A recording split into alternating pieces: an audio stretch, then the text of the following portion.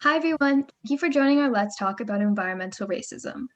Our mission at Fridays for Future Toronto is to create a space for youth to advocate for a better world and for a future that recognizes and implements Indigenous rights, uplifts marginalized voices and communities, and follows principles of climate justice.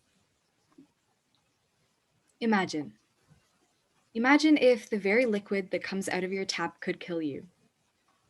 Imagine if the very air you breathe has been polluted to the point of toxicity by a bunch of rich white settlers who stole your land or exploited you for centuries. Imagine if the government tested a full-fledged nuclear bomb near your house and gave you next to zero advance notice. You don't have to imagine very hard because this is the current reality right now in Canada and across the world. Environmental racism can look like the disproportionate proximity and greater exposure of Indigenous, Black, and racialized communities to contamination and pollution from industry and other environmentally hazardous activities. The lack of political power these communities have to fight against the placement of these industries in their communities, the implementation of policies that allow these harmful projects to be placed in these communities, the slow rates of cleanup and contaminants and pollutants in racialized communities. The term environmental racism wasn't coined until 1982, but the racism itself has existed for much longer than that. Simply put, environmental racism is when the environment is damaged in a way that disproportionately affects people of color. So you can imagine that this practice is well established here in North America, a settler colonial continent. Settlers have been damaging Indigenous lands since the dawn of colonization. In the Western Canadian prairies, many Indigenous nations, such as the Cree and the Siksika, relied on sustainably hunting bison. They respected the bison, avoided overhunting, and used every part of the bison in one way or another. Settlers have since hunted the bison almost to the point of extinction, starving the Indigenous population.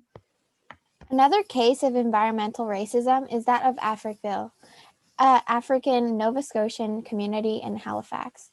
In 1965, the city of Halifax embarked on an urban renewal project, a euphemism for campaign of discrimination.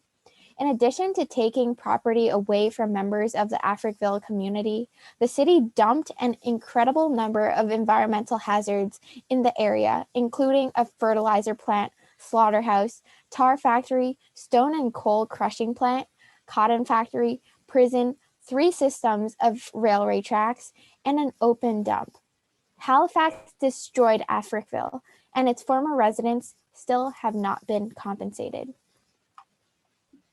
Acts of environmental racism that were committed over half a century ago still affect BIPOC communities here and now. Case in point, the American interstate highway system was built amazingly quickly with the objective of easing the commute from suburbs to the city center. In order for the highways to get to the city centers, urban planners deliberately bulldozed through predominantly Black neighborhoods, leaving people of color with heightened level of noise and air pollution to this day. Every day we drive over highways which have racism ingrained in their very asphalt is a day that we commit environmental racism. In fact, many parts of the 401 are actually built on Indigenous territory, an offense that is currently being disputed in court but receiving little traction. So, what causes environmental racism? Simply put, the white people in power don't care. Dangers such as hazardous waste facilities in their backyards they don't want, so they dump them on people that they consider to be less of a priority, people of color. When you consider that 82.2% of the Canadian House of Commons is white, it's hardly surprising that environmental racism is still so strong. Institutional racism marginalizes communities of color and places their health and well-being at risk in the name of profit.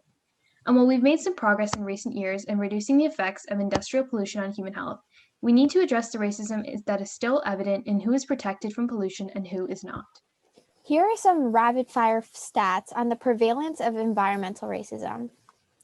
75 of hazardous waste landfills sites are in communities of color. 53% of people who live within 3 miles of this most heavily polluted coal power plants are Black. Black people are 75% more likely to live near chemical facilities than other people. Black households that earn $50,000 dollars to 60,000 US dollars annually live in more polluted areas than white households earning poverty wages.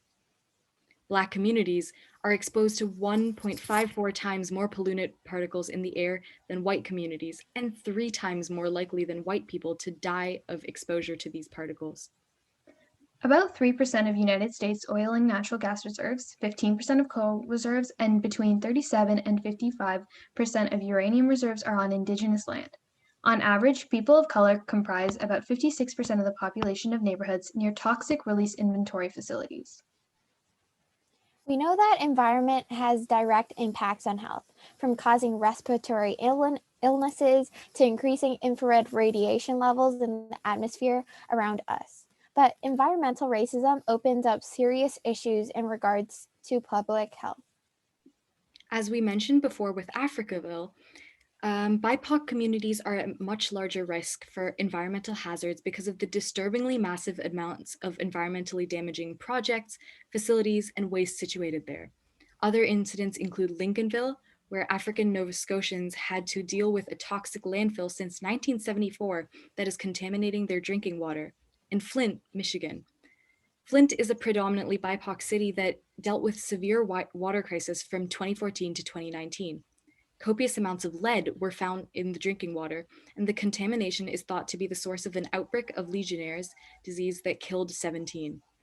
The government at all levels was very slow to act, and the crisis could have been prevented if the aging pipes had been maintained and replaced regularly.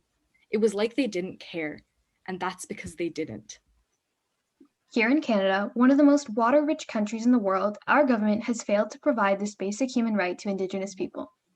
Right now, there are still 57 long-term drinking water advisories in effect in 39 different Indigenous communities. The current government promised to end all drinking water advisories by March in 2021. In December, the government acknowledged that they won't meet their promised drinking water target, and at least 22 advisories will remain. It's shameful that this government has failed to do even the bare minimum for Indigenous communities, especially regarding their health and safety. Environmentally induced health risks are extra concerning during the pandemic because vulnerabilities like asthma and heart disease are complicating factors in the COVID-19 virus. On top of this, international public health authorities report that non-white people more likely to die from the virus. BIPOC individuals are at much greater risk for COVID-19 as a direct result of environmental racism, which we've seen from the fact that as of September 2020, Black people accounted for 12.3% of the United States population, but 21.1% of the deaths and 18.7% of the deaths, and 18.7% of the cases.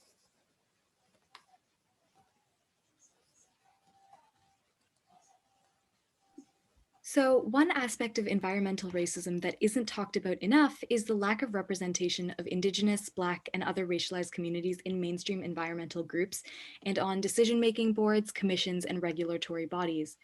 This is where we need to look inward to our own spaces and movements.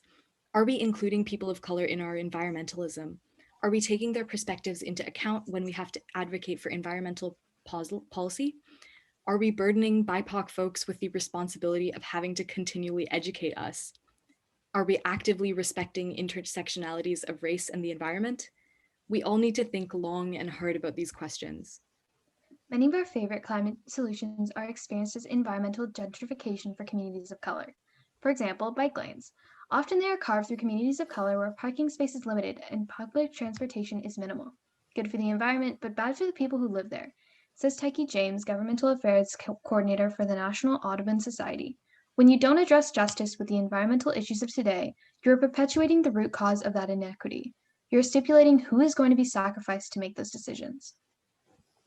We've talked a lot about how people of color are disproportionately affected by our destruction of the environment. On a more personal level, it is important we examine how we treat people of color within the climate movement. Intersectional climate activist Aliya Thomas spoke of her own experience to the National Geographic.